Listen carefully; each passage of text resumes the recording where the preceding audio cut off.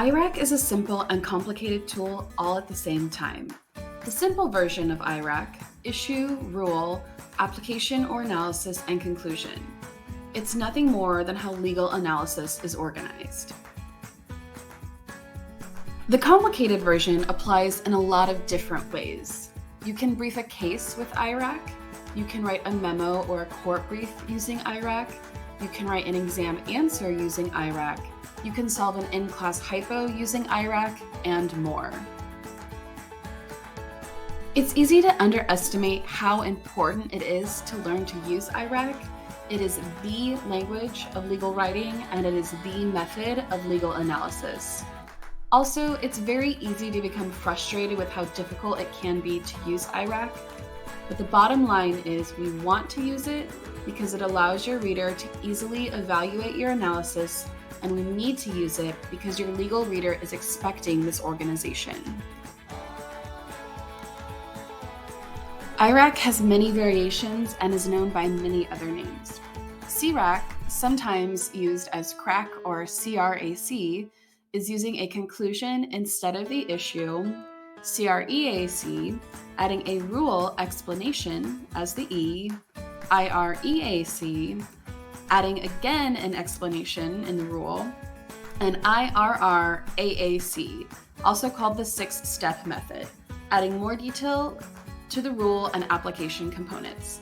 Think of IRAC as one pie with 4, 5, or 6 pieces, depending on which variant your professor or textbook might be using. At the end of the day, all of these variants do the same thing. They give you a framework to organize an answer to a legal question. Issue. The issue sets out the legal question to be answered. It is typically short. A single sentence is often enough. The key to the issue is getting the level of specificity just right. Some law and some facts, but not too little or too much. Here's an example. Client got a ticket for her dog being off-leash. Too general. The issue is whether client can defeat the citation. Too specific. The issue is whether client violated City of Blue Water Local Ordinance 135.579A, which provides that all dogs must be on a leash with a $500 fine for the first offense and escalating fines for each additional violations when client was at the local park in a city where she does not live with a large grassy area. She had her dog named Tiny, who's a teacup terrier, in her purse when the purse does not have a hook to attach to Tiny's collar, but Tiny stays in the purse when the client sat on a park bench and Tiny was visible in her purse. Just right. The issue is whether client violated a local ordinance requiring all dogs to be on a leash when her dog was not attached to a leash but was in a purse she was holding. One last point about the issue. It can be a statement or a question. An example with an issue is a question used in case decisions. Is Davis guilty of common law burglary when he broke into his former partner's home to retrieve his work computer? Or issue as a statement used in legal writing, memos, emails, court documents. The issue is whether David is guilty of common law burglary when he broke into his former partner's home to retrieve his work computer.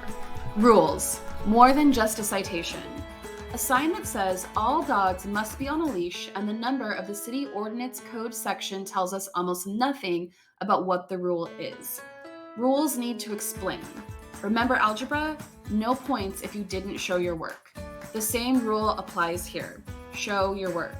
The city ordinance language is a good starting place, but some cases that explain how the rule works are essential for your reader to understand how the rule works. Here's an example. A dog on a leash holding the leash in his own mouth violates the ordinance.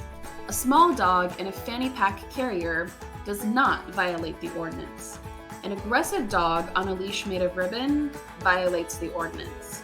Knowing the court's rules on each of these examples helps your reader to understand what on a leash means. It is more than just wearing a leash. It is about whether the owner has control of the dog. It is about security and safety.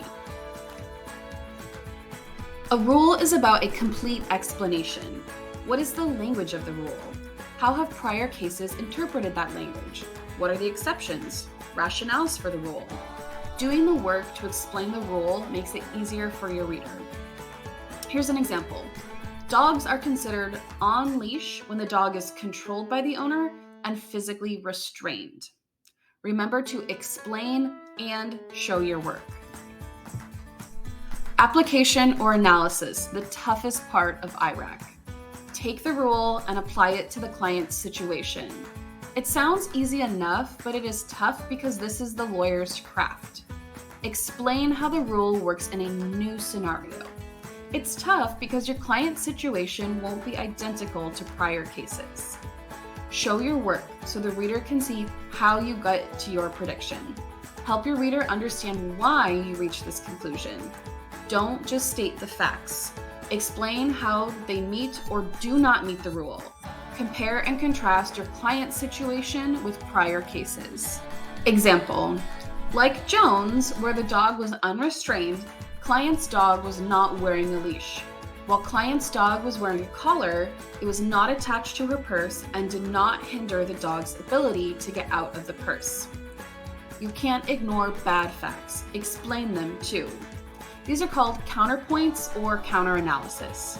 Example, on the other hand, client's dog is a toy terrier, which is a very small breed that was controlled by client keeping her hand on her purse.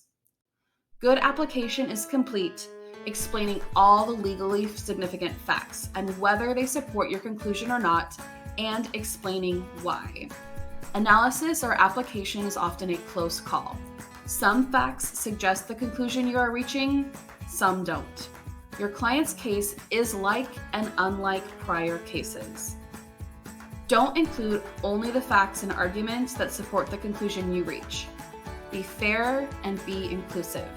And most importantly, show your work and explain your thinking. Conclusion. Wrap up your IRAC by telling your reader what the most likely result is. Now that you've applied the rules to the client's facts, what outcome do you expect? State it. Sometimes it's obvious. Don't hedge when only one result is possible. Example. Thus, client violated the city ordinance that all dogs must be on a leash. Sometimes it is a close call. Try using the word likely to help you communicate to your reader that more than one result is possible. If you hedge, then include why in your conclusion sentence. Example. Thus, client likely violated the city ordinance that all dogs must be on a leash because her dog was not secured in her purse. Either way, obvious or a close call, one sentence is enough.